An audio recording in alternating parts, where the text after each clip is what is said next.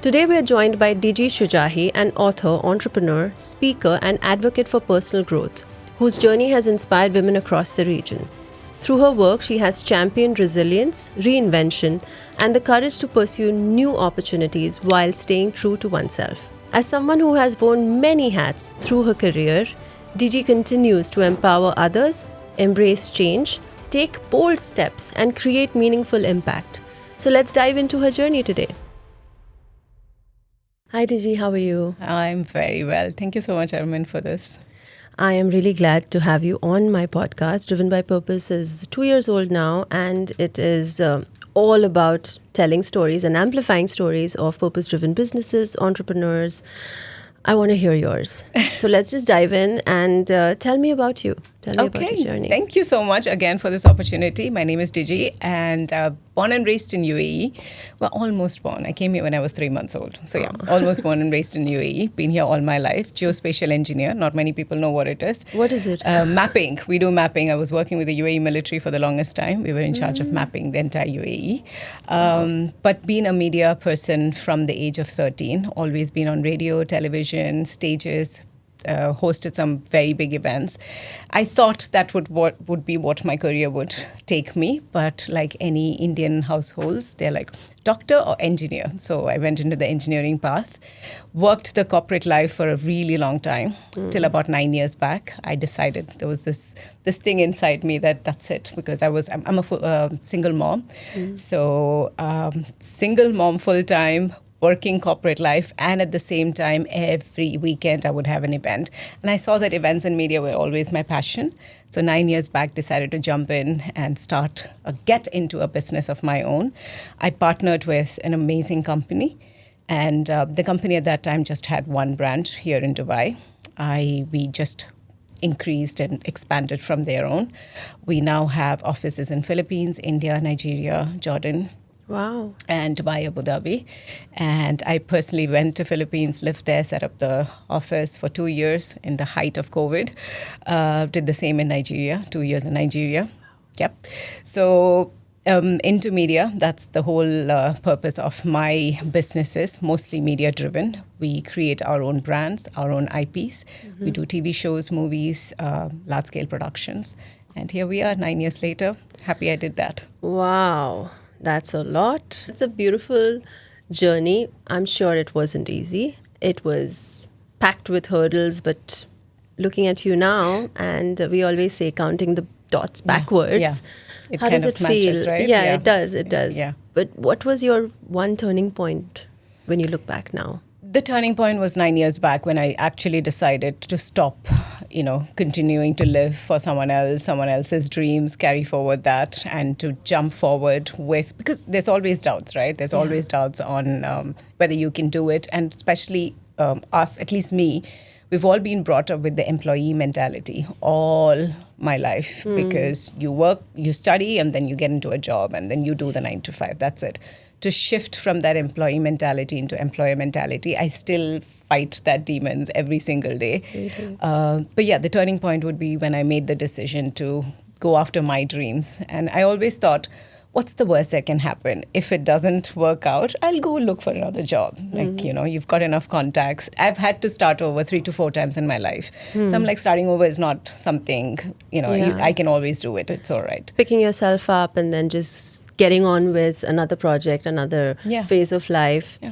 It comes naturally to some people. And I think that's one of the most precious qualities one can have, especially as a mom, and more so as a single mom. Yeah.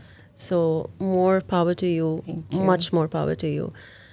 As a single mom, as a woman, has it been easy?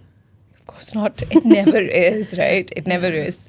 I've also been not just a single mom. I've been financially 100%. It's been my responsibility, financially, emotionally, everything wise. So you always have the guilt. Like, do you focus on building your kids' life and spending more time with them, or do you focus on your career and actually building yourself? So that guilt will always be there. And there are times when it's really difficult. But then I think in a way my kids also gave me that inspiration to go after my dreams, because my kids are big now. They're in their universities. They're 21 and 19.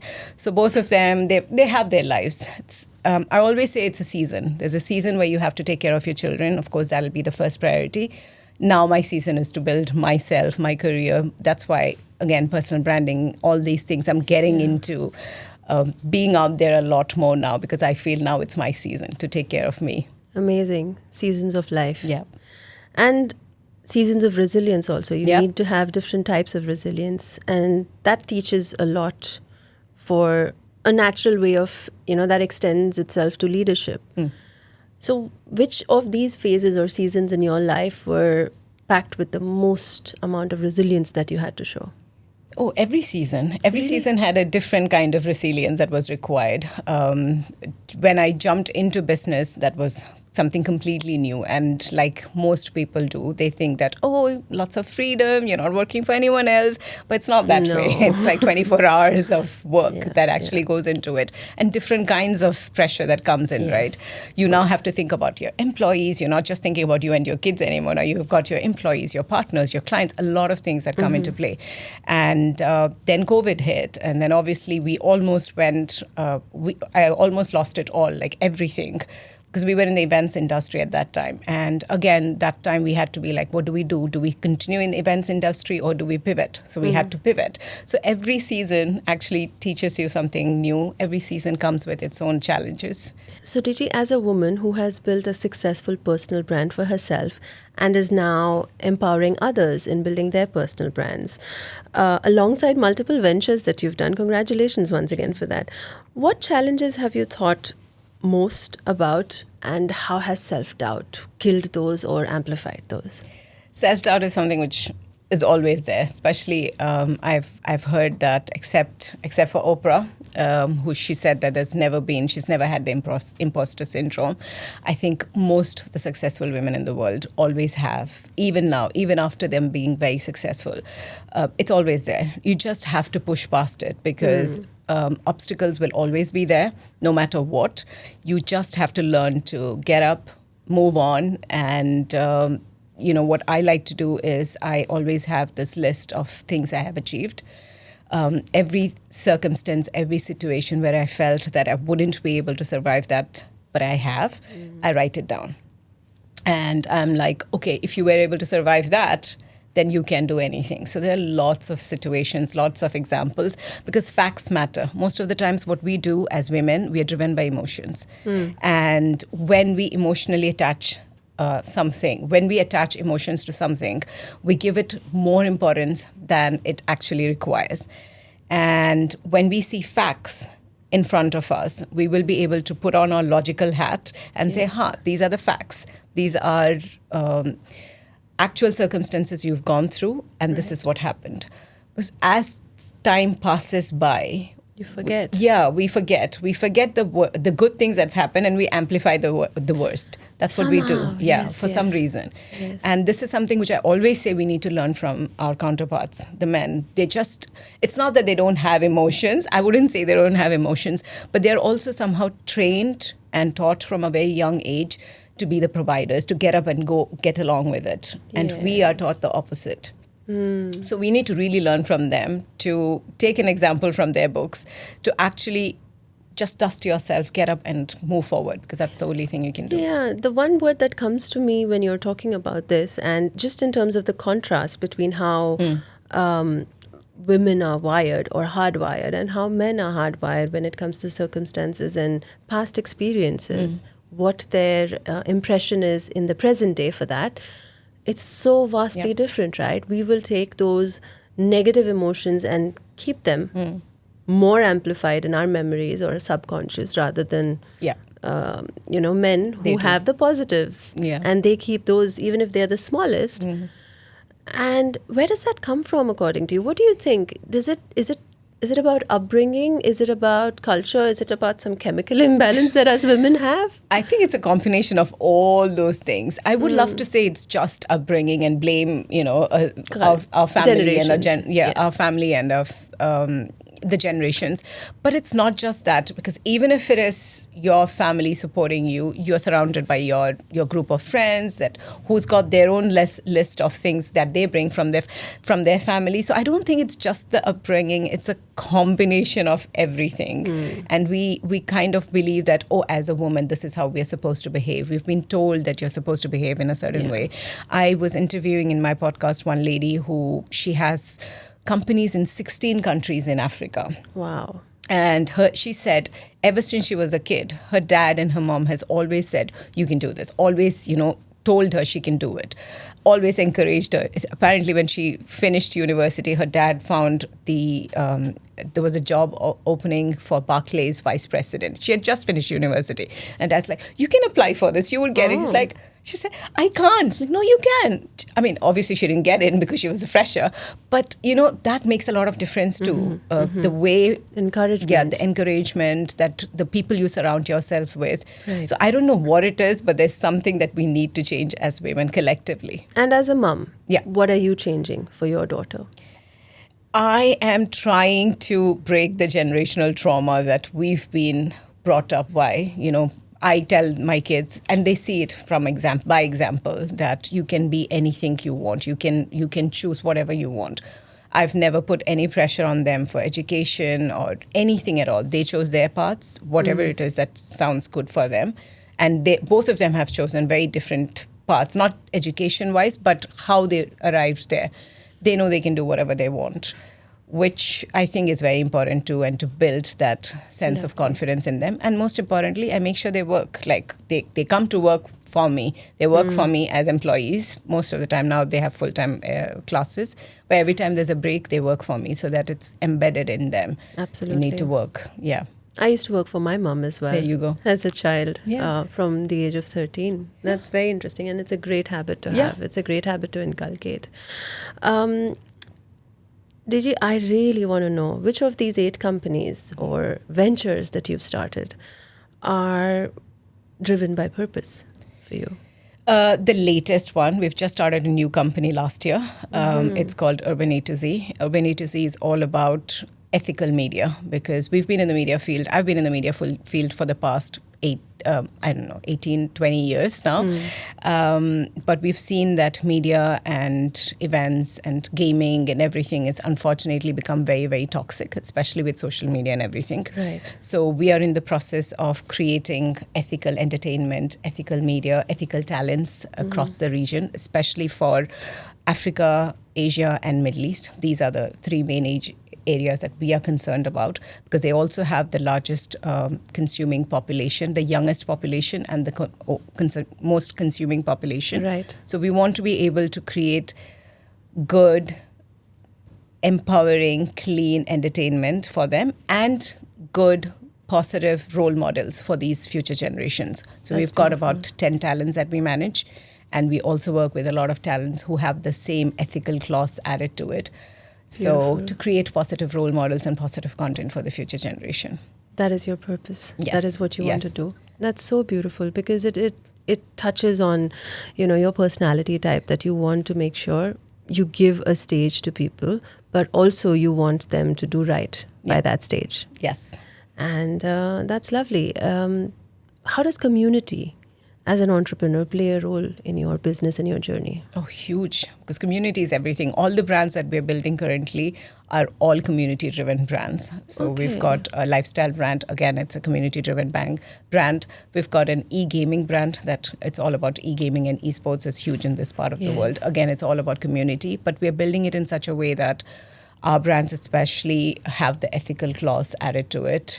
But at the same time, the reason why I started my podcast, Business Best Friends, is also because when I was building businesses, I didn't have the right kind of people. It's either people who've been extremely successful who wouldn't have that much time for you, or people who are just starting up and we're not in exact same level as you are. So I created the community called Business Best Friends as well, where it's all of us sitting together. We are almost in the same level of business. We sit together and we support each other. I always say business is still a very big boys club. It's still run by course. the men of the world. 90% of it are run by the men. And they just sit down with their cigars. They just sit down in their networking. They don't call it networking. They just sit down and they will be Yeah. just having a meeting, a casual thing, and then there are deals that are being signed and formed, right? Yes. We women don't have that space yet. So I want to be able to create that community where we have that freedom to sit down, and rather than talk about problems, we actually talk about, okay, this is what you want, I will be able to help, and then, come together. Precisely. And, support each other. And even my team that I'm building right now, we've got an amazing team right now with my talents, with the team around me, who we encourage all of them to be out there, because personal branding is important too. So we encourage them to support each other. So they come together, they build off of each other, each other's community, because each person has their own community. Yes. So they create videos together, they create content together, and then they support each other. So it's a great ecosystem that I'm building. That's amazing. But as women, we still don't live up to our full potential. Oh, we don't. What do you think is our biggest barrier and holding us back?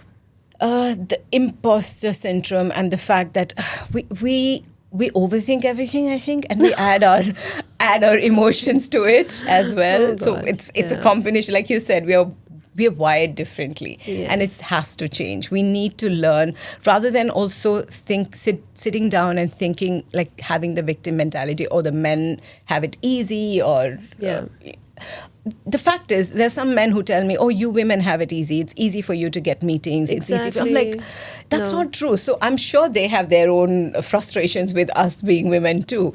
But we don't see them sitting and playing the victim card. They just get up and move on. I always say, no one's coming to save you. Nobody is coming to save you. It has to be you who will get up and do it for yourself. So I believe unless we change that thought process that we have in our mind, that, because we've always been taught the Prince Charming is coming, or someone else is coming to... Why should we give someone else the responsibility for our life? Our livelihood, yes. Yeah. A couple of years ago, actually quite a few years ago, I was on this radio show, and a gentleman who was very vastly successful in bringing new businesses here into Dubai, he was with me on that talk show.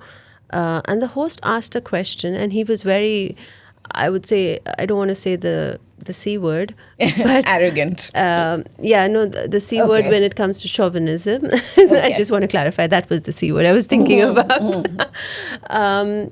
When he said something like, women have it easy and women can just knock on any door and do anything.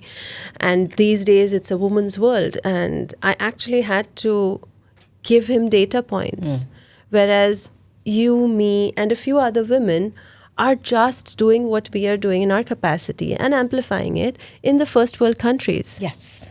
Yeah. What about Africa? What about, the other third world countries which don't have that access, where women are still sort of treated as a minority, but also oppressed in so many ways?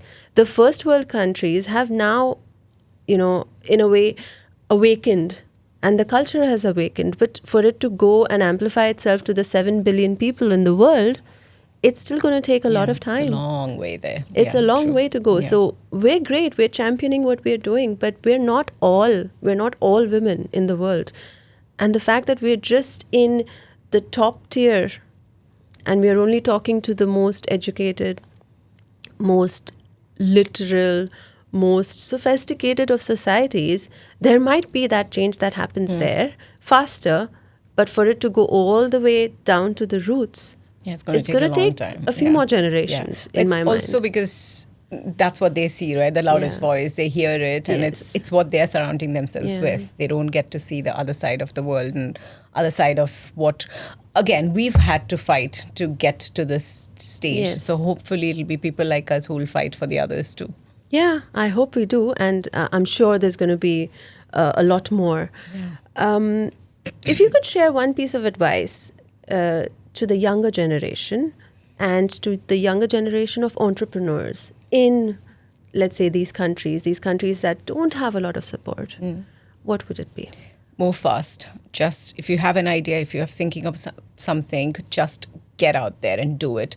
You might fail fast, get up, and then go again. Because every time you fail, take it as a lesson, learn from your failures, reiterate, and then move again. Because if you just, movement brings a lot of blessings. You cannot expect anything great to happen to you if you sit at your home and you're thinking about, oh, I have this great idea. You need to move. You need to get out, put yourself out there, meet more people.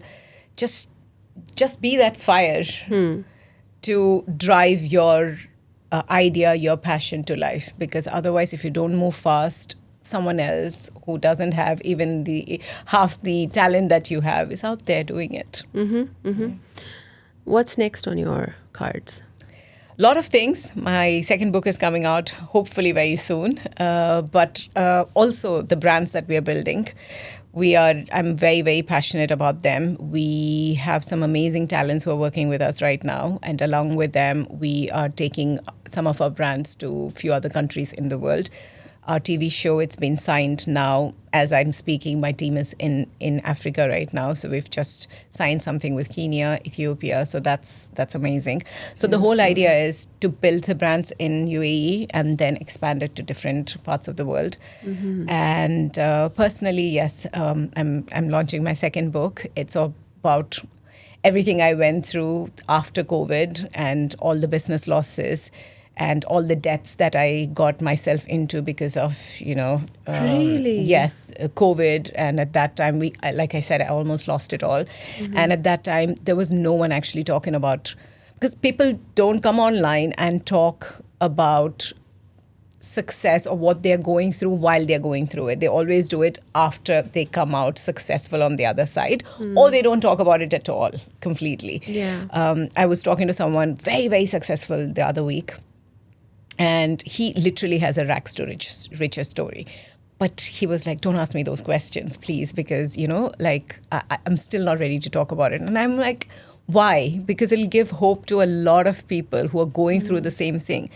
Any business has debts. Like some of the largest countries in the world have debt, right? Like largest organizations have debt. So why is it difficult as a woman to talk about the fact that you are in debt? I'm not saying I'm fully recovered 100%. I still have partners, I still have investors, so that's still there. But talk about it so that other people can understand. So this book is about how I am getting out of it. I'm not saying I'm 100% out of it, but how I am getting out of it, the steps I've gone through, and kind of like a support system for people who are facing the same thing. That's beautiful. I'm really looking forward to reading that book.